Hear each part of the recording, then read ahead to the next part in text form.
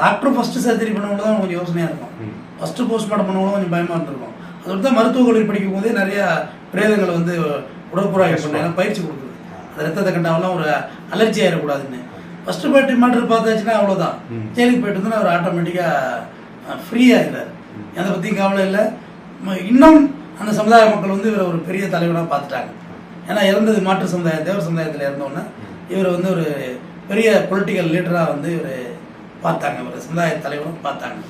ஒரு மாற்று சமுதாயத்தை சேர்ந்த 2 பேரை வந்து கராத்தே செல்வன் அவர்கள் கொலை செஞ்சதா சொன்னீங்க.